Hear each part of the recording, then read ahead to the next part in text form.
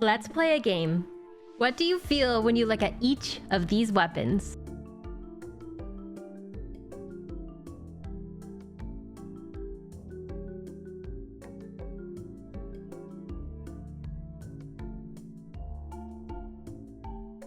I wanted to start this video off a little bit differently because today we're going to be talking about World of Warcraft and the weapons and itemization and what that means for World of Warcraft Classic Plus. This video is also brought to you by Razer and the new Naga V3 Pro, but we'll talk about that later.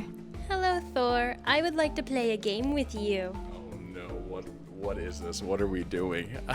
Is this for another WoW video? Can you name WoW items within 30 seconds? Name as many WoW items as I can in 30 seconds? Yes. Yeah, I can. All You right. ready? You want to do it? Yeah. Okay. 1, 2, 3, go. The 1 ring, the 2 ring, the pummeler, ice barb spear, venom sting, glacial stone. Let's see, carrot on a stick, Thuraz the lasher, Thunder Fury, blessed weight of the Windseeker. We gotta go with that one. You know what I mean?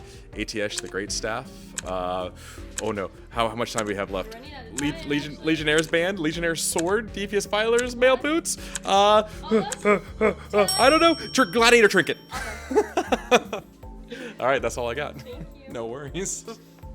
Let's talk about what WoW Classic got right about itemization. In some ways, Classic itemization was really bad. Spirit and Strength on the same item? What? Huh? Fun fact, did you know Spirit was originally supposed to increase the procs per minute of proc-based items? Anyway, this goes back to a common theme in game design. Sometimes, the bad is actually what makes something work. In this case, WoW Classic got a lot right when it came to itemization. I want to quickly highlight 3 things that need to stay in Classic Plus. Memorable items. I'm talking about items that stick with you until the end of time. No, I'm not talking about Thunder Fury, Blessed Blade of the... Well, you know the drill. I'm talking about items that if I showed them to you, you'd immediately say, wait, I know what that is. I'm talking about Bag of Marbles, Venom Strike, the One Ring, Hand of Justice, Thief's Blade, Hand of Edward the Odd, Ashbringer, Whirlwind Axe, the list goes on and on. Notice that I mentioned items you may have encountered during your leveling journey. Good items give you those dopamine hits, but they also create that sad sense of goodbye when it's finally time to upgrade.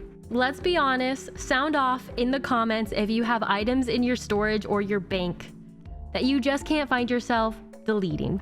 This goes back to what I mentioned earlier. Sometimes bad design is the right design. In a game like World of Warcraft, making your character stronger is a core gameplay loop. What Classic got right was that sense of progression. This is good enough for now. Then you go from grays to mad greens to, oh, shit, a blue. And eventually, my god, a purple! That feeling of progression was helped by the fact that good items were difficult to come by. Horrible drop rates combined with hunters stealing your gear meant your dungeon run was most likely to be a bust than a boom. Running around in less than ideal greens was simply the norm. That made the moment when you finally got the item you'd been searching for feel like peak gaming. Retail is on the other side of that spectrum. Somebody call Prince because over there it's just purple rain.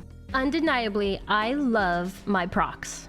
From Thrash Blade and Coldbringer to Firewhelp Gloves and Hand of Justice, you know the drill. Classic ran a clinic on how to make fun and interesting items. Because while Classic's moment-to-moment combat is slower, these items create meaningful moments whenever you see those extra numbers pop up. We have to preserve that feeling at any cost. I'm sick of getting items that are going to help my throughput for healing. I know, throughput is very important. However, WoW nailed proc life. And those procs, when they happen, feel so good.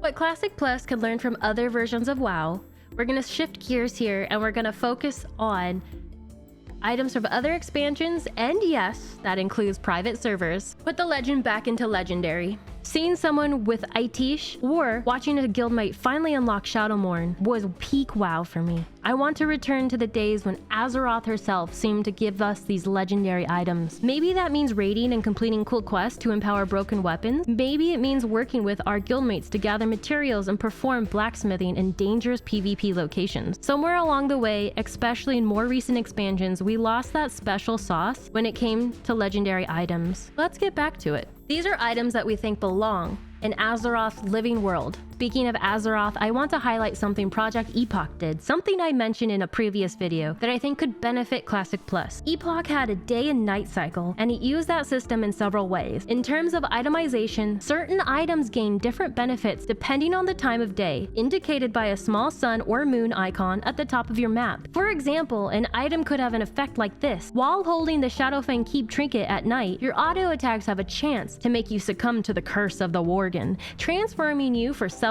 seconds. This concept could extend beyond the day and night cycle. We said this about World of Warcraft already. Having a living world for the players to experience is really important. We've already said that World of Warcraft is at its best when players are experiencing its world. Let's make fun items that connect with the lore of its zones, dungeons, races, and other elements. The Great Vault. Whoa, whoa, whoa, whoa. Put your pitchforks down. This is just my personal opinion, but I think the Great Vault, and to a lesser extent, the call boards from Project Bronzebeard was actually a good system. Look, we're getting older and time is a precious commodity. Giving players more choice over one item each week isn't necessarily a bad thing.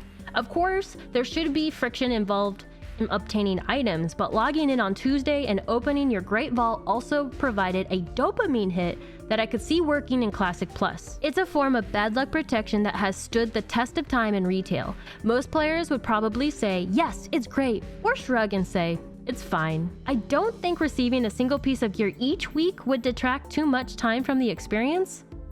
But hey, that's my own opinion, man. Alright, it's about time to get off of this nostalgia ride, but first I want to ask what you think. What were your favorite weapons throughout WoW history, throughout the games? What do you think should go into Classic Plus? As usual, this is a conversation starter. I want to hear about the best and worst items in World of Warcraft. And if you had to choose just one item to keep under your bed, what would it be? Remember to hit that follow and like button as I continue going through this series on my YouTube. And also you can catch me on Sundays playing on twitch.tv/TigerLily.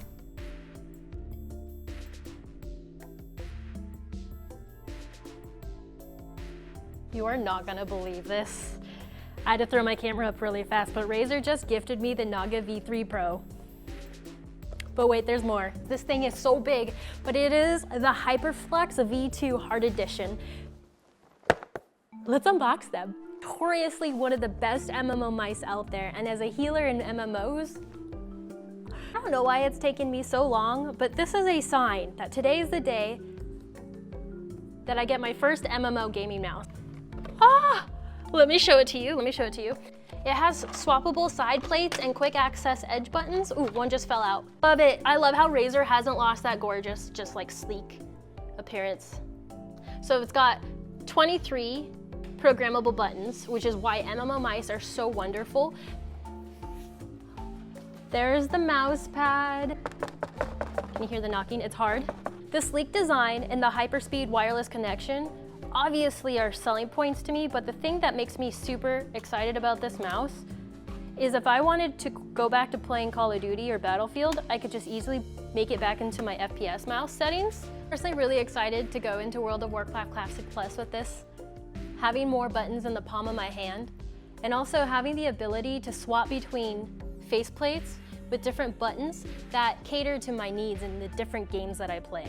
It is so nice to know that I don't have to switch my mice out anymore, whereas I can just have one universal mouse that covers it all. Thank you again, Razer.